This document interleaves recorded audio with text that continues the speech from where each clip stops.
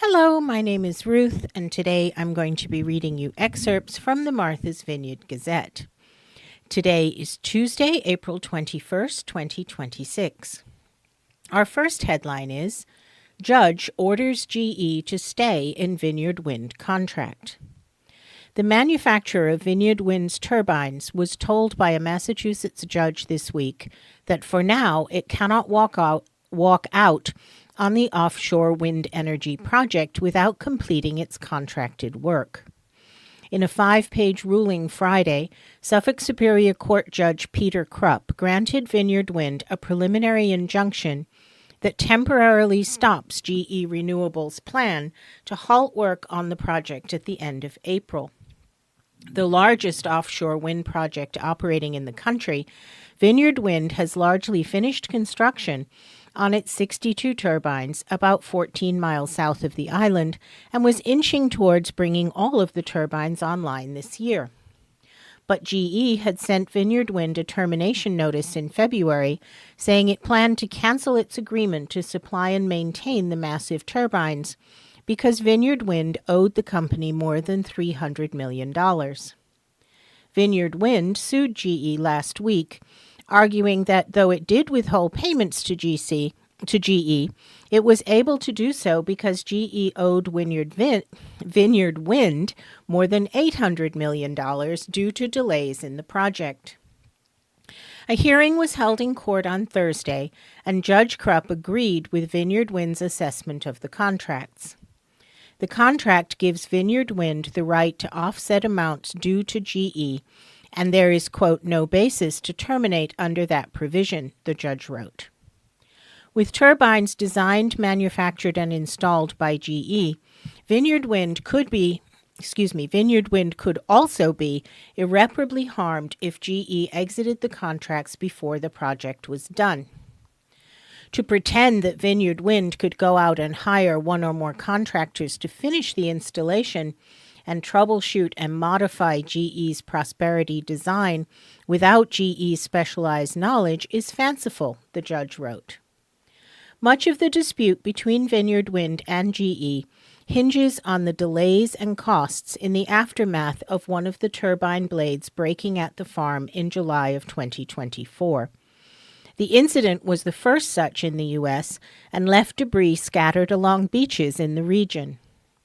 68 of the blades made by GE had to be replaced due to inadequate bonding that made them beyond repair. Vineyard Wind has also alleged that there were several other issues, including repeatedly tripped sensors, that caused the turbines to shut off.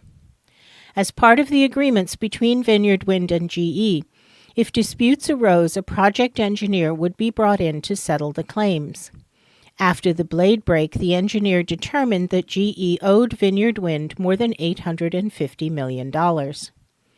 If GE believed those assessments were wrong, it should have challenged the engineer's determination, not attempt to pull out of the contracts.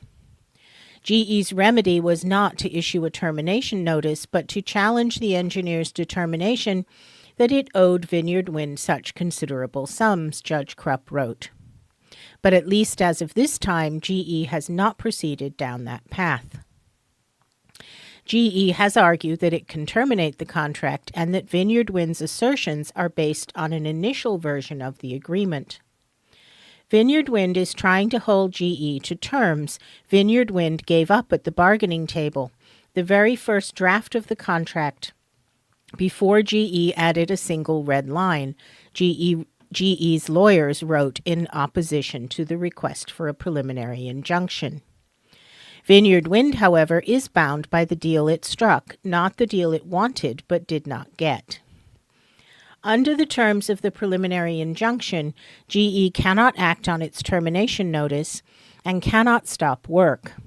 Vineyard Wind is also not required to post a bond or other security in connection with the order, according to Judge Krupp's ruling. A next hearing in the case is scheduled for May 1st. Our next headline is, After Troublesome Years, Edgartown Great Pond Rebounds. After more than 2 years without a blade of eelgrass in sight, The aquatic vegetation in Edgartown Great Pond is starting to rebound, giving islanders hope that the coastal water body can stand resilient against mounting pressures. Eelgrass, the green quarter-inch wide sea plant that was once found widely in Vineyard ponds, has been disappearing in recent years. A keystone species, the eelgrass provides oxygen-rich habitat for shellfish and other creatures, but has been threatened by warmer temperatures in ponds, increasing nitrogen and low salinity levels. Edgartown Great Pond, one of the largest great ponds on the island, had thriving eelgrass beds and clear water conditions in 2018. In the years following, the plant started to thin out and the water became more turbid. By 2022, hundreds of acres of eelgrass had died, and there were none to be found in 2023.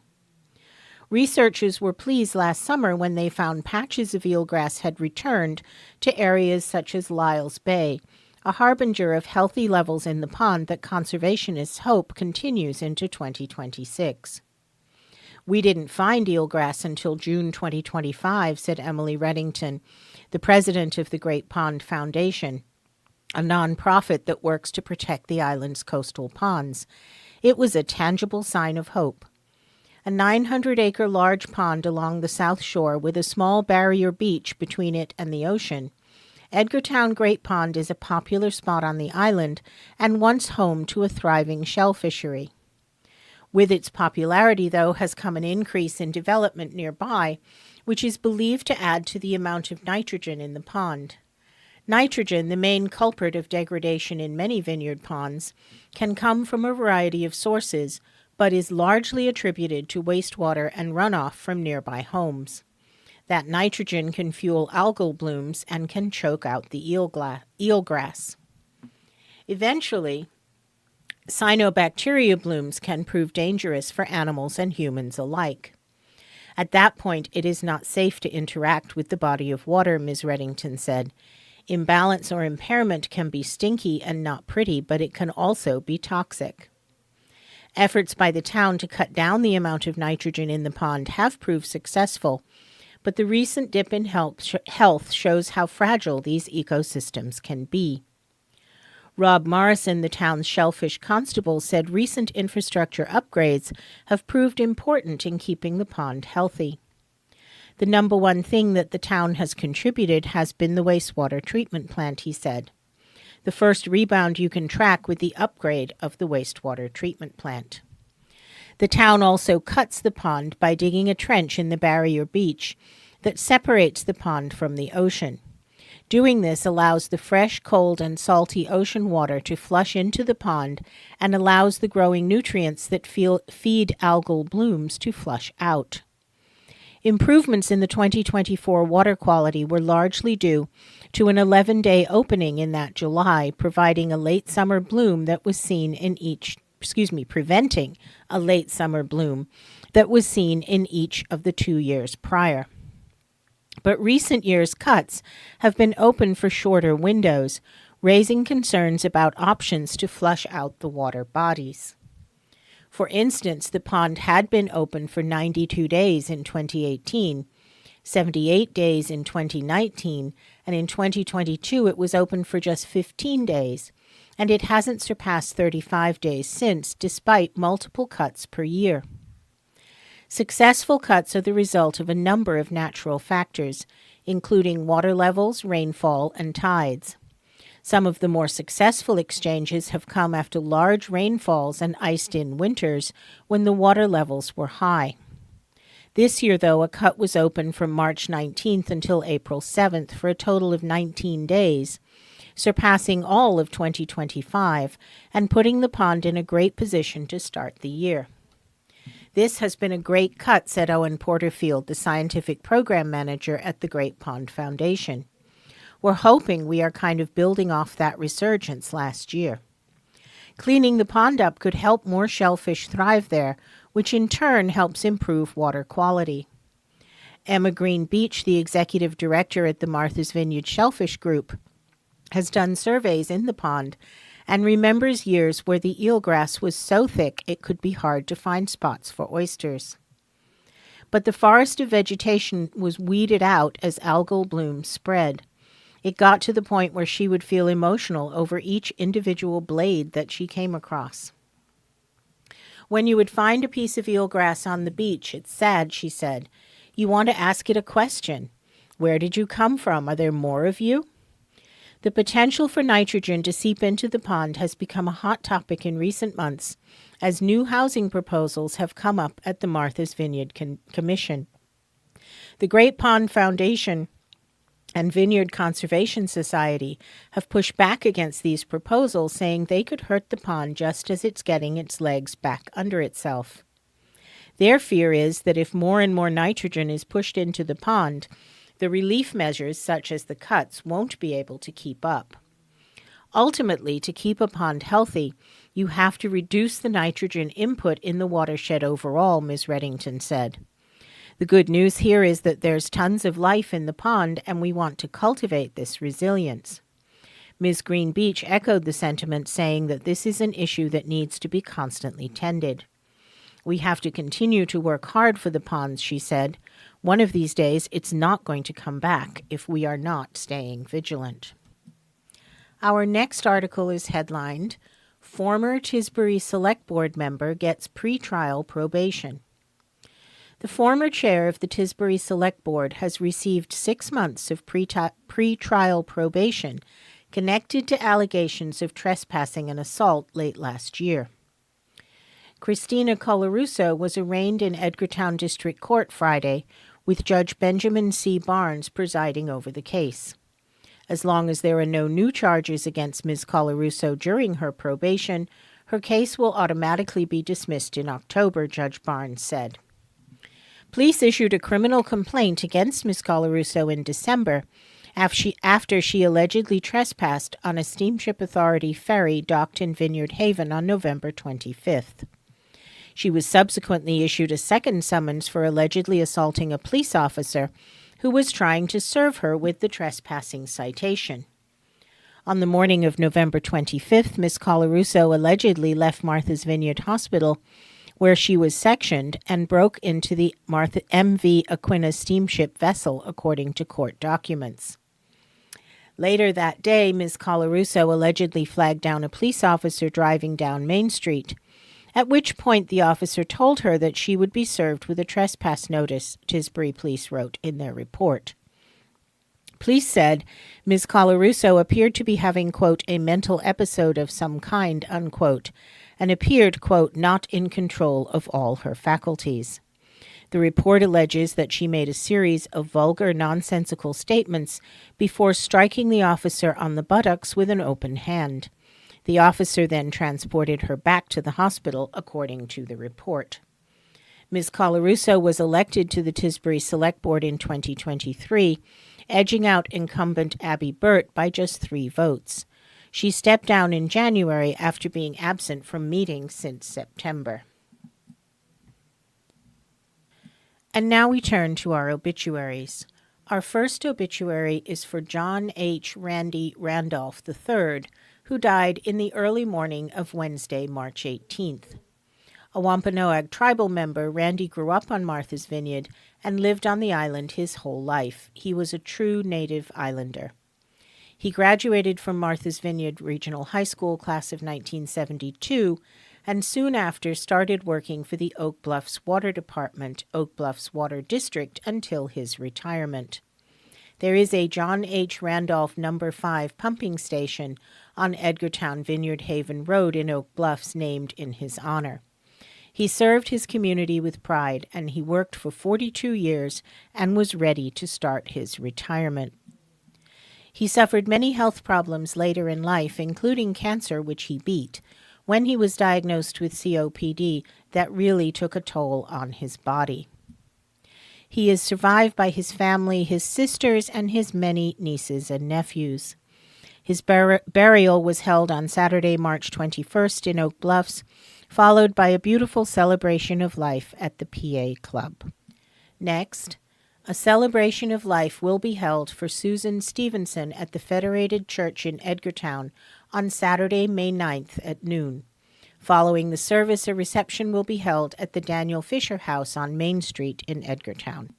Next, Shirley Jane Prada Craig, age 90, died on January 5th at Martha's Vineyard Hospital, surrounded by family. A third-generation native islander, Shirley was born on July 13, 1935, to Albert and Genevieve Prada of Edgartown. She graduated from the Edgartown School and later studied physical therapy at Boston University's Sargent College, where she met her husband, Philip Craig. They married in 1957. Her children were born on the Vineyard, but afterwards the family moved to Hamilton, where they resided throughout the school year, returning to the Vineyard every summer. In 1997, they replaced their old cabin with a winterized house and moved to the Vineyard year-round. Her husband died in 2007. Shirley was also predeceased by her parents, but she is survived by her sister, her children, her grandchildren, and her great-grandchildren. A celebration of life will be held at the Edgartown Rod and Gun Club on Saturday, June 13th, beginning at noon, and all are invited. And finally, Eben Ben Choate Clark Jr. died on the sunny spring morning of April 28, 2025. He was at home surrounded by his family. He was born in Boston, attended Milton Academy and the University of Vermont. He enlisted in the Army during the Vietnam War and was part of Army intelligence. Growing up, his family spent summers in Hearthaven and Oak Bluffs, and he always looked forward to spending time in the ocean and sailing in Farm Pond with his family and friends. A small celebration of his life was held last fall. And now we return to our news stories. Our next headline is, West Tisbury home-based auto shop wins MVC approval. A proposed auto repair business in a residential West Tisbury neighborhood got a green light Thursday from the Martha's Vineyard Commission. The application from West Tisbury Auto Care for a home-based business on Vineyard Meadow Farms Road has drawn opposition from neighbors concerned about potential hazardous runoff affecting local wells, which have already suffered contamination from compounds known as forever chemicals. The West Tisbury Planning Board also is on the record opposing the project as inappropriate for the town's rural district. The Martha's Vineyard Commission, however, found unanimously that West Tisbury Auto Care offers a significant potential benefit to the vineyard, where motorists often must wait weeks for appointments at the few garages here or take their vehicles off-island for service. To address environmental concerns, commissioners imposed conditions on the approval that include a series of safety measures to contain spills and prevent runoff. The environmental controls have significantly increased with respect to where this project started off, Chair Peter Wharton said. The owners, Catherine Voschel and Nick Lucas, will be limited to no more than 7 customer cars on the property, and all cars there for service must be parked on an industrial-grade epoxy pad that chemical spills can't permeate. The 2-bay garage will also be coated with epoxy and sealed tanks for spills and runoff. Linda Sibley, the Commissioner's longest-serving member, noted that home-based repair services used to operate without such facilities. When I moved here 50 years ago, we had what we called shade tree mechanics everywhere, Ms. Sibley said. Ms. Voschel and Mr. Lucas will also need Commissioner's sign-off on an environmental insurance policy before opening for business, according to the terms of the approval. Thursday's decision clears the way for the owners to seek local permits. In other business, the Commission approved the construction of restrooms at the Old Hickory's hardware store on Beach Road in Vineyard Haven to serve patrons of the Nina's Dine and Dash lunch wagon and the reconstruction of a loading dock at Martha's Vineyard Hospital in Oak Bluffs. Both projects now head to town officials for permitting. Commission members also agreed that a proposed Tisbury zoning bylaw change conforms to the Commission's policy for districts of critical planning concern. Tisbury voters will decide on April 28th whether or not to designate portions of Mud Puddle Road and Old Sailors Burying Ground Road as special ways which would protect them from development. Also Thursday, Commission researcher Alex Elvin presented a new manual of recommended building materials intended to guide applicants toward choosing more environmentally friendly products when developing projects. The manual is simply for guidance and not an official Martha's Vineyard Commission policy, he said. Our next headline is Dock Street Fight Club hits the road. It's been a few years since Dock Street Fight Club made a splash in the island's music scene. For a few summers now, local vineyarders and visitors have been enjoying the young band sets at the Ritz, the Wharf, and summer dock dance concerts, among others. But now the island-grown band is growing beyond the island. We found that the hometown crowd, they've caught on to some of our music, and it's a good feeling, said Atlas Zach, the band's lead singer and songwriter. We start up a song and half the crowd is singing along with it, and the drums haven't even kicked in yet. So chasing that feeling nationwide, that's the goal. Chasing that feeling for the moment means driving. Recently, Dock Street Fight Club partnered with management agency Beatline Productions, and their spring tour, a circuit of live shows in the southern U.S., has brought the group through many miles up and down the coast and many milestones for an up-and-coming band. It's the best place to be as far as playing live music right now. You get the best crowds and you get by far the best pay, said Emmett Athern, the band's lead guitarist. At a fraternity-sponsored cowboy festival at Duke University in March, the band played to their first crowd of over 1,000 people. This weekend, Dock Street will head to Myrtle Beach, South Carolina, to play at the Landing of the Boathouse, a restaurant renowned for hosting free live music. Many bands that have since made it big played there, said Mr. Zach. That includes Everclear and the 502s, plus Congress the Band and Vineyard, both of whom have played at Lollapalooza in the past few years. Hunter Pope, owner of Beatline and Dock Street Fight Club's manager, said that he has high hopes for the Vineyard-based group. Dock Street Fight Club is very crowd-engaging. They do a great job getting the crowd involved in their music, said Mr. Pope. It's more than singing a song, they have a story to it as well. Dock Street Fight Club was born in 2017 when West Tisbury School classmates Mr. Athern and his friend, then bassist Sam Benjamin, decided to start a band. They brought on Mr. Zach, then a percussion player at the West Tisbury School, because he looked and sounded like Kurt Cobain. Their first show took place at West Tisbury 8th grade graduation under the name Slammy B and the Electric Snakes. The young band continued playing at Chilmark potluck jams, the Ritz, and occasional pep rally. After 2020, Mr. Athon and Mr. Zach joined forces as Dock Street Fight Club, bringing on drummer James Murray and bassist Jack Holmes. In 2023, they started picking up notice at their local summer sets and summer dock dance performance. Band members described their sound as indie pop on the cusp of rock and roll with a heavy focus on live performance.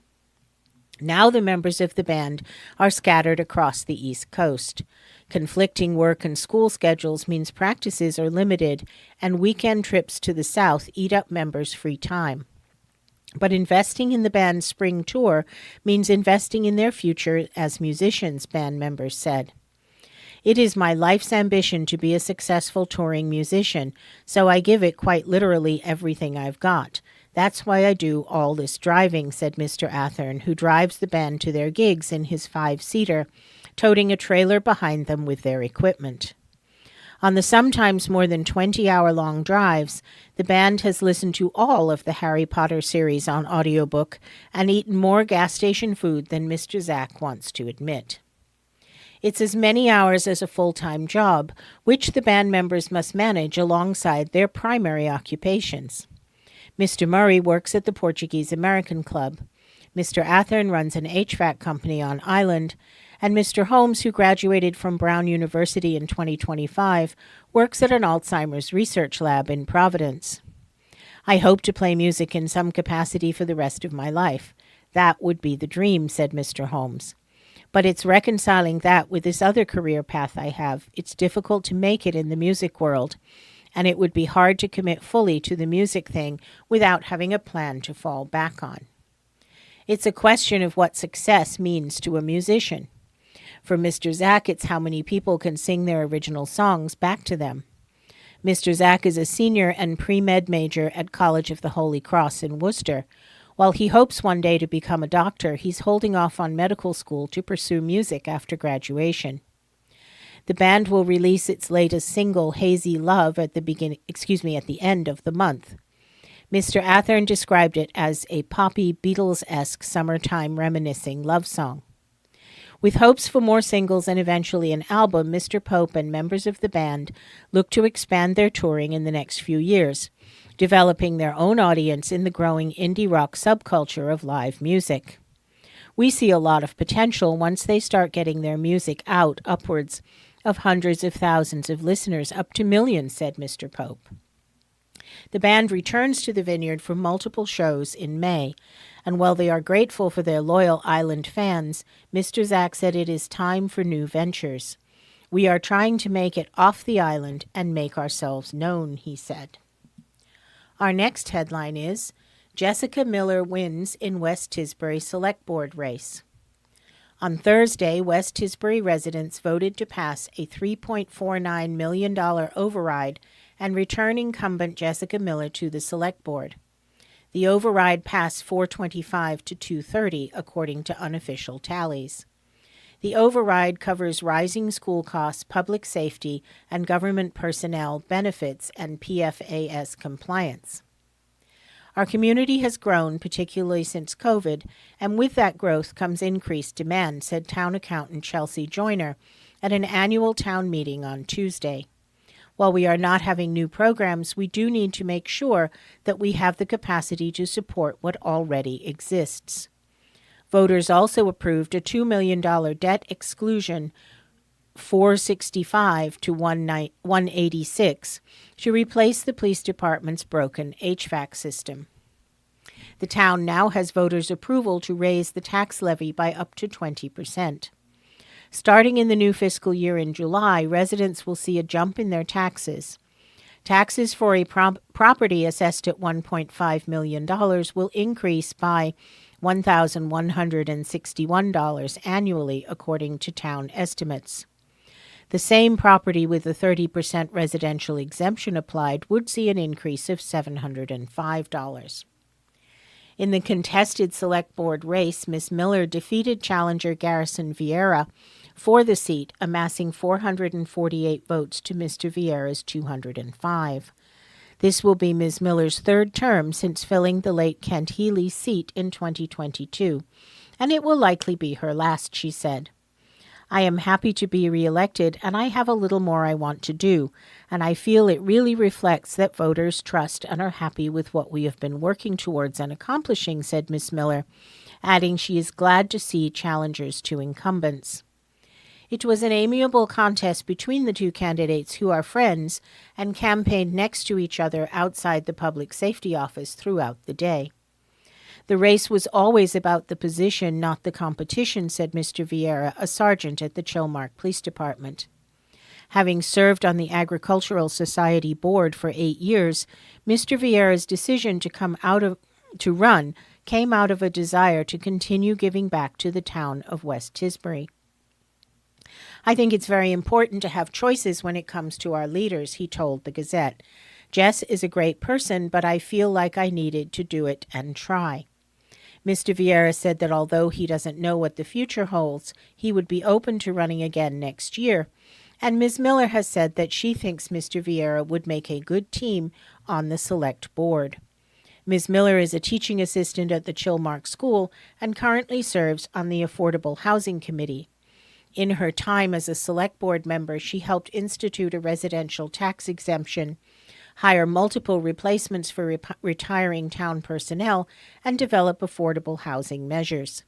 In a third term, Ms. Miller hopes to improve communication with residents, improve stewardship of the cemetery, explore term limits, and consider consolidating town services, she previously told the Gazette. She hopes to better understand school budgets and the specific costs driving budget increases for the Up Island Regional School District and the regional high school. And that brings us to the end of our reading for today. Thank you so much for listening.